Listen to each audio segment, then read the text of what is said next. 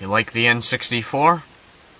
Well, I love it quite a bit, so today we're going to be talking about, well, at least 10 N64 games, you know? Might go after that full set of all 388 games, and to further prove that, I'm going to start off by talking about a Japan-only game. Here we have Onegai Monsters. What the fuck is this? Well, when I first played this, I thought this was an RPG, but according to game FAQs, it's a strategy game, I guess? What kind of strategy? Are we talking some fucking, like, RTS shit going on here? You know, is this some Pokemon RTS sort of thing going on? I don't know, but I played it, I don't know what the hell I'm doing, but it's a interesting sort of, experience. I mean, even if this was in English, I probably wouldn't get into it anymore. It would also probably be a lot more expensive if this was actually released in North America. Here's one that I would be, of course, naturally happy to have in the collection, Dr. Mario 64. I remember when I first heard about this, you know, I was like, what could they possibly add to Dr. Mario? This is an interesting sort of specimen, and I tried looking into it, you know, many years and whatnot, but I didn't really get that much out of it until more recent years. I found out, oh, it's, you know, basically Dr. Mario, it's got 4-player, it's got a sort of Mario and Wario rivalry sort of thing, even though the main villain seems to be like this mad scientist guy, who looks an awful lot like the professor from Mischief Makers, if I'll say that. But I could definitely see myself beating this, you know, because there's a story mode and whatnot. You know, Dr. Mario's got to get his Mega Vitamins back either from Wario or from the Mad Scientist. Though, you know, hey, Wario's in his, you know, standard attire. Imagine if they had, like, a Dr. Wario sort of thing, you know? Maybe even throw in Luigi and Waluigi. This was a late release for the N64. This came out in 2001. This was, one of the few, I think one of 16 N64 games to come out in 2001, so that's pretty cool. But I definitely look forward to playing this some more and beating it. Maybe even a watch this play with 4 people, because that would be fun. This is probably your almost definitive Dr. Mario experience, I'd say, so far, from what I've seen. These next 2 games I actually have the box for. Here we have NHL 99. I got this box and the game, of course, for like, you know, $10. Fuck yeah, it even has the manual. I've played a little bit of this, and I'd say it's actually a pretty good game. It's definitely, you know, a very solid, well-playing game, you know, controls well, the hockey action seems to be, again, playable and whatnot. This guy on the cover right here, he looks kind of like a young Dan Aykroyd. Am I the only one who sees that? But yeah, it's interesting that, like, there's NHL 99 for the N64, but there was never an NHL 98. Hell, there's not even a 2000 or 2001. This is, like, the only EA NHL game on the system. Now, while there are other hockey games on the system, this is the only EA hockey one. But it actually seems to be a pretty good game so far. I imagine it's also, again, pretty good on, say, the PS1 or whatnot. I mean, the intro in this is just a bunch of flashing images of hockey players, but, you know, I imagine in the PS1 version it's probably, you know, an FMV of hockey and whatnot, you know. I'm not into sports, really, but, you know, the thing is, I can find, like I said in my N64 retrospective, I can find appreciation in just about any N64 game for the sole basis of the fact that it's on the N64, like the fact that developers actually took their time to, you know, actually develop and produce games for the N64, even when it was a so much easier alternative to do so on the PS1. Just, that's what makes every N64 game stick out to me for that regard alone. So that's why, you know, I can appreciate these games for the most part, even if it's a bad game or a game I'm not interested in. Next up, we got NASCAR 2000. I'm really glad that I was able to get this in the box, because I do also have NASCAR 99 in the box. There's no NASCAR 2001 or NASCAR 98 or whatever. I imagine if there was a NASCAR 2001 on the N64, it would probably be, you know, actually kind of hard to find, or at least uncommon. The game itself, well, kind of just like NASCAR 99 on the N64, it just feels like a very half-assed effort. While I don't consider the NASCAR games on the N64 terrible, again, like I said, they just feel very half-assed. They don't look good at all. Like, I don't think EA themselves developed it. I think it was called a studio like Stormfront Studios. But whatever the case, the developers really didn't look like they knew what they were doing. And in the case of this, I actually do have the PlayStation 1 version of this game. And the PS1 version actually had some, you know, like, features and whatnot that the Nintendo 64 one does not. So, overall, while the NASCAR games on the N64, again, like I said, they're not terrible, they just feel very half-assed, and honestly, I'm not sure if NASCAR 2000 really improves on, you know, NASCAR 99. Though I will say the music is probably better, and maybe there's a little more commentary, but I don't know. Here's one I actually just got today, and it's another EA Sports game, Supercross 2000. A game that's almost lost, you know, in history, because whenever people look up Supercross 2000 N64, they're more likely than not going to get this game, Jeremy McGrath's Supercross 2000. Now, at least according to Game FAQs, these games are somehow related, like it's all part of this Supercross series that apparently started on the Atari Jaguar with Supercross 3D. Yeah, Supercross 2000, except there's no Supercross 99, or Supercross 2001, or Supercross 2002. So, if EA, I guess EA, this is like a series that they just briefly tried, because they're sure as hell not making these kind of games today. I played this, I really gave this game a shot, and honestly, it's really not giving a good first impression. The course design is very odd, you know, it's just a bunch of really sharp curves and fucking ramps everywhere. You're just like skidding across, going all over the fucking place, going off the track, sometimes skipping the place, crashing into other things. This game, honestly, is just not, again, it's not giving a first impression, and it almost feels like a mess. I really want to give it some more time and play it, but, again, I don't know. I could always say, yes, you're better off with Excitebike 64, but also, hey, Top Gear Hyperbike looks pretty cool, too. There's like 4 bike racing games on the N64, and honestly, this one doesn't seem to be very good, although I will try and play it some more. Ooh. Here we have Madden Football 64, a game that's interesting for the title. Now, yes, of course, it's called, you know, Madden Football 64 because it's on the N64, but because it's a sports game, and, you know, sports games have years, you can make the obvious joke, oh, did this come out in 1963? This was, I believe, the first, I'm not sure if it was the first football game on the N64, but it was definitely the first, you know, like Madden, like EA football game on the system. And, well, I don't know shit about football, I don't know how to play it, but if I can say anything about it, this might probably be a sort of you know, entry, like, perhaps, you know, the other Maddens, 99, 2000, 2001, 2002 would surpass the fuck out of this, along with, you know, NFL Blitz, but it's interesting to own. Even if not for just the title alone, Madden Football 64. Also kind of a case with FIFA Soccer 64. Did that come out in 1960? Of course fucking not. Anyways, moving on. Here we have Indy Racing 2000. Actually, this is a pretty good game. I'm not gonna lie, this game surprised me. You know, it's, again, a simulation, sort of realistic game, but, you know, the racing action's very solid. It controls, well, there's actually some, you know, cool, unique, different courses to it, rather than, I mean, this, of course, your standard, you know, realistic, sort of NASCAR-esque, you know, basic circle courses, but there's also some other unique kind of courses in here, and from what I've played of this game, I'm really enjoying it, actually. I'm not gonna lie, this game surprised me. It's kind of cool, and I do want to play it some more. It might even be worth your time, actually, you know? Yeah. Here we have, Yoli Country Club True Golf Classics.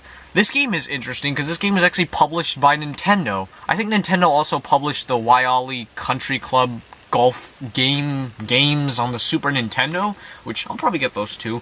But yes, this is a golf game, one of 6 golf games on the N64, and I'm kind of surprised that I would get this before I would get fucking Mario Golf.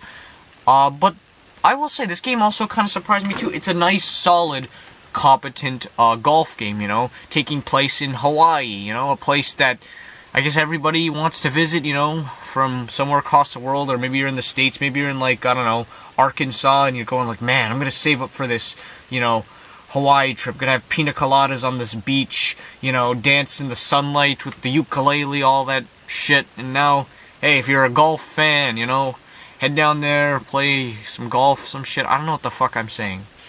But yeah, this game's, well, again, it's solid. It's also a really cheap game. My only kind of complaint with it is that the sound effects it makes when you're hitting, when you're charging up your shot on the power bar is actually kind of fucking annoying. But other than that, not a bad game at all, actually. I mean, I'm sure it's probably better than the likes of Cyber Tiger and PGA European Tour, but of course the best golf game on the N64 will be Mario Golf. NHL Breakaway 98. I will say this, the music in this game is actually pretty good, but I still think NHL 99 is a better game. I'm not sure if this is necessarily trying to be a simulator or, an arcade-style hockey game, but my main kind of gripe with it is that it seems like it's really fucking hard to score a goal in this game. Like, hell, I don't even recall the computer ever scoring a goal against me. But, yeah, as I said, the music's pretty good, nice renditions of various classical tunes and, the Canadian and, American national anthems. But, yeah, there's also NHL Breakaway 99, which that was exclusive to the N64. This was not. This was also on the PS1, but I don't know. I think I'd rather probably play NHL 99 and revisit that more than I would this. And the last N64 game we got here is AllStar Baseball 2001. Very worthwhile, because look at that. It's in a red cart. This game might be uncommon. It probably is. Let's face it, it probably is not uncommon. It's just a stupid suspicion I'm making because, again, this had to have come out in 2000. It's baseball. The graphics seem pretty damn good. Again, I still like this red cart. I'm not into baseball, though, so yeah, I can't tell you how good of a game it really plays, though I remember my first impressions where it was kind of annoying to hit the ball. Something actually pretty cool, and we did a watch us play on this recently. This is Supernova on the Super Nintendo. As you can see, it's got the box, and here's the cartridge, of course. But I will say this is a really fucking hard to find box. Like, something about this game just made me actually want it in the box, but of course, again, I'm looking on eBay and I don't fucking see it anywhere. There was one that actually was complete in box, manual and everything, for like $200. There's somebody who was like selling just the box for like $80 or $90 and stuff. Like, although the game itself is, uncommon, the box, though, like, this is probably rarer than, say, like a boxed, Castlevania Dracula X or something. And even with just uncommon, Super Nintendo games, how fucking often is it that, people are gonna, like, get boxed copies of it? Like, how many people own, say, like, a boxed, Pirates of Dark Water, or a boxed, Kendo Rage, or, I don't know, like a boxed, The Tick, things like that. I think it's actually almost more likely that people would have boxed copies of really hard-to-find games, like Castlevania Dracula X, or Metal Warriors, or, like, I don't know, even Hagane. But of course, again, now, this game is an entry into the Darius series, except, well, in Japan it was called Darius Force. Here they called it Supernova for whatever fucking reason. I don't know why they wanted to, like, call it that, but, my first impression of this game, like, going into it before I bought it, because this box was $80. I mean, I got the game, of course, but, like, goddamn. $80 fucking dollars. That's a lot of money, but it was worth it. Now, going into this, I was a bit concerned about this game, because I thought it would be like a complete, just bore to play. Like, oh my god, this is so fucking slow and irredeemably boring. It's not like that, I would say. I'd actually think it's actually better than what I imagined. Like, I'll say this. Darius Force / Supernova gives a good sense of shoot-'em-up action. Like, there's definitely something rewarding about, building up strategies and playing the game over and over to see how further you can get. And even though when you die, you lose all your power-ups, admittedly, it's actually not too much of a chore to actually get your power-ups back. It's not as devastating as, say, Gradius 3. So, while this is a good game, and, it's, there's definitely, like, a good sense of challenge and, reward and action going on to it the more and more I play it, I don't know. It's just, like, in some ways I actually like Darius Twin more. Even though, like, people might criticize Darius Twin for being too easy, or maybe bland, it's just, like, something about Darius Twin I just find so great. It just puts, like, a fucking, dumb smile on my face. But yeah, as I said, it's a good game, but it just feels like sort of odd in that sense. Though, maybe I'm being too harsh on this game, because honestly, there's a lot it could be a lot worse. There's worse shooters out there. You know, I mean, hey, this is better than fucking D-Force on the Super Nintendo.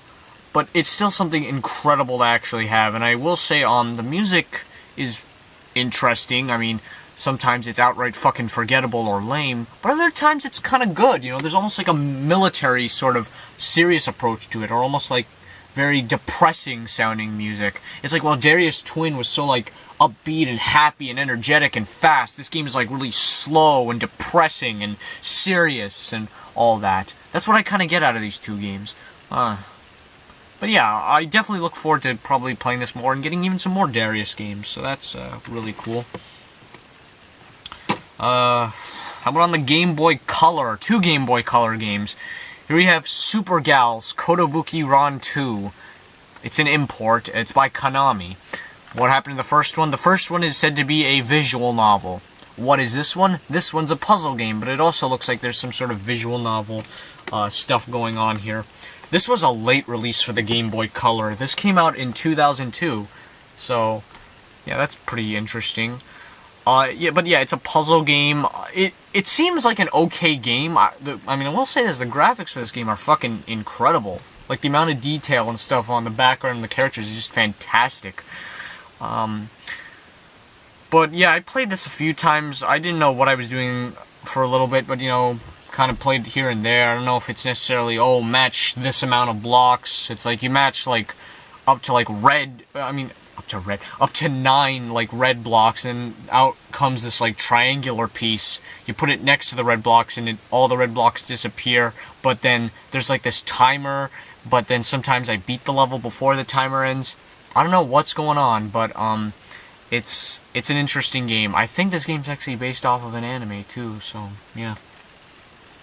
Here's another Game Boy Color puzzle game. This was actually the first Game Boy Color game I got this year. This is TRO Balls. TRO Balls. It's spelled TROU Balls.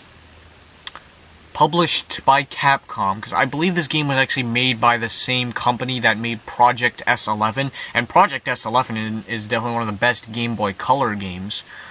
But this is a puzzle game, not a shooter like Project S11. But like Project S11, the music's actually pretty good in this game. How's the gameplay? I mean, like, how do I put it? It's not very engaging or very entertaining. Like, you can almost get, like, okay, it's not very engaging. It's not bad, but like, I don't know. I played this a little bit, just, you know, even though it's not a bad game, and even though it's probably a cheap game, even then it's hard to recommend, because there's probably better, more engaging, cheap games you could get, even if it's a bad game. If it's at least entertaining, I don't know. I mean, it's not as, like, baffling as, say, this game's not as baffling as, say, Bisoujo Senshi Sailor Moon S Kondo wa Puzzle de Oshiokio on Super Famicom. But, I don't know. Whatever. Well, hey, while we're on the subject of Game Boy related stuff, how about this? This is a Super Game Boy, you know, for the Super Nintendo. You know what this is. I'm not even going to tell you what this is. But I got 2 games with it. Or, not with it, but around the time. Well, actually, I got this one before I got the Super Game Boy. But this is F1 Race on the original Game Boy. A game that I'd heard about a lot on the sole basis of the fact that this is one of those 4-player compatible Game Boy games. Yeah, apparently, like, also Wario Blast, Wave Race, and supposedly even, like, Yoshi's Cookie. Those are other 4-player Game Boy games. I've played a little bit of this, and I want to play it some more, but my first impression is that it might be a little too hard for its own good, even though it seems like a game that would play well, you know. It plays well, you know, for an 8-bit handheld racing game. So, yeah, I believe this was actually made by Nintendo, so yeah, that's kind of cool. And here's one that I was actually a lot more happy to get. Batman! Yes, you know, based off of course, the 1989 film. Now, this is different from, the NES Batman Sunsoft game. This was, of course, also made by Sunsoft. It's not trying to be like a scaled-down version of that. This is kind of its own different game. And, of course, the thing about this game that probably is somewhat infamous about it is that Batman goes around shooting a gun. Yeah, Batman's using a fucking gun. Now, I'm sure there's other instances in comics, especially considering how long Batman's been around, where he's using guns, but what the hell is up with that? I don't know. But all in all, it's actually like a fun, simple little time killer run and gun game. You just go around, you shoot the baddies. There's also like a Batwing stage and stuff like that. I haven't beaten it yet, mainly because the last stage 4-2 is an auto-scroller, and that's just fucking me over. But really interesting, fun little game, it'll cost you maybe $20 or something. Like, it's a slightly above average price, but I don't know, I almost feel like people are after this game just for that fact that it's like, hey, it's a fun, simple little run and gun kind of platformer. Now, back to the Super Game Boy. I got this, because here's the thing. Of course, I would use the Game Boy player. But even so, I still wanted to get this because there are, of course, interesting things you can do with this that you can't do with the Game Boy player. Like, the customized color borders and the games that utilize the Super Game Boy's functions in one way or another. Like Donkey Kong 94 and Kirby Star Stacker, Space Invaders, Wario Blast, fucking The Lion King. But of course, the kind of real big problem with the Super Game Boy is it actually plays games slightly faster than it should. So, yeah, that's actually kind of a downfall to it. But hey, the Super Game Boy 2 fixed that, though. Honestly, while I could afford a Super Game Boy 2, there's people out there who want that thing more than I ever would. Alright, how about some Sony-related products? Here we have Luminous Plus on the PlayStation 2. Of course, it's something that, the PS2 did sort of late in its lifespan, where it just randomly took various PSP games and just gave them ports on the PS2. Now, judging by the name Luminous Plus, I'm to believe that there's more to this than the PSP original. But I don't know. But of course, it's great to have, because it's playing Luminous on the TV, on console, It's great. You got Luminous on the go, you got Luminous here, though I feel like this game is actually probably easier than Luminous on the PSP, because I beat my fucking Luminous high score from the PSP one, and here, the second time I played it. I don't know, is it easier because of the controls? Is there more real estate on the screen? I don't know, but in any case, it's great to have. Now, here we have 3 PS3 games. It's Assassin's Creed 2, and Assassin's Creed Brotherhood. Now, I had originally owned these games, a couple years ago. We actually bought these in, a triple pack at Future Shop. But, my brother let a friend of his borrow these 3 games, and we still don't have those back, so I ended up just buying the games again. Because honestly, although I don't have any interest in the Assassin's Creed series, I just wanted these back because, again, they were part of our collection, and it's not like we sold the games like we did with a couple other PS3 games we had. They were just borrowed and we never fucking got them back.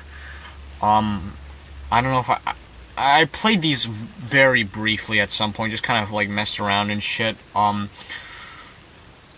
I mean, hey, if there's something interesting I can say, I know the second one has that little It's-a-Me Mario sort of Easter egg shit, I don't know. Assassin's Creed Brotherhood, which I remember when this came out, I was like, oh, would this be Assassin's Creed 3? Well, no, there's an Assassin's Creed 3 and 4. Lots of Assassin's Creed games. I mean, I'm sure there's, fan base for them, people liking them and whatnot, but whatever. It's just great to have back in the collection.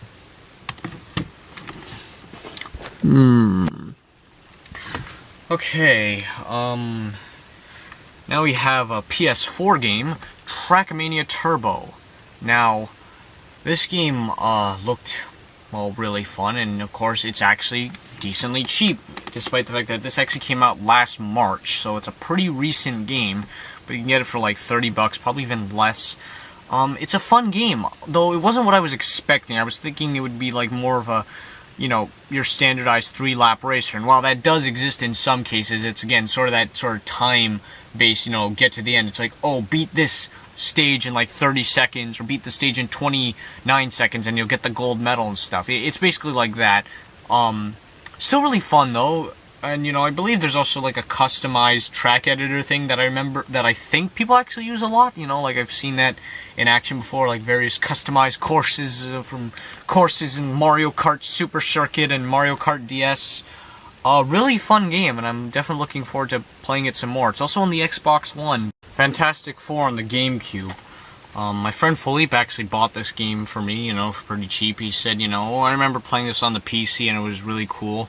It's a beat-em-up game. I played it once, and so far it seems to be pretty interesting. Though I think if I were to revisit this, I'd probably play it a little more with him and whatnot. I think that would give me a little more motivation. But a decent first impression overall, though. Who knows how good this game really is. But, hey, it's always great to, of course, get another GameCube game for sure. And here we have a game for a system that I think there's only been, like 8 games that have appeared on it so far, this is being the 8th one. This is Kawasaki Jetski on the Wii. This is not a good game. This is a very half-assed budget title, but it's almost interesting on the basis of the fact that, well, it's a jet ski racing game, water-based racing game. Not a ton of those, and I say that this is very half-assed because the courses are very short, the controls. Admittedly, the controls are fine for the most part, except for that Venice course. I don't know why the fuck that is where the controls start to fuck up and show their ugly side. But this was made by Data Design Interactive, a very infamous company for making a lot of shovelware shit on the Wii. And although this is probably, again, another one of their infamous sort of acts, it's just still interesting for the fact that it's a water-based, racing game. And I kind of gave it a chance on that basis alone, even though it's not a very good game. A very half-assed game indeed. I'll talk about it more in a Wii retrospective, though. Here we have Warios Woods on Super Nintendo. Now, of course, Mario game. Gotta get it. Gotta get all the Mario games. Of course, I played a lot of Warios Woods on Animal Crossing through the GameCube, which, of course, emulated the NES version. The Super Nintendo version is an interesting case. I believe it actually has, like the story mode is different, like, you actually go around facing different characters and whatnot, whereas in the NES game it was just, like a simple round game, and eventually at the end, I guess you face Wario or something. But of course, this game was just interesting because of the crazy sort of thing. You're Toad going against Wario, and Birdo's there, just cheering you on. And of course, it includes Wanda the Fairy from Mario and Wario on the Super Famicom. Crazy cast of characters, and it's an interesting game. You place the bombs, get rid of the creatures and whatnot. Who knows? Maybe I'll actually beat this at some point. Even though I never got too far in the NES one, despite how much I actually played of it.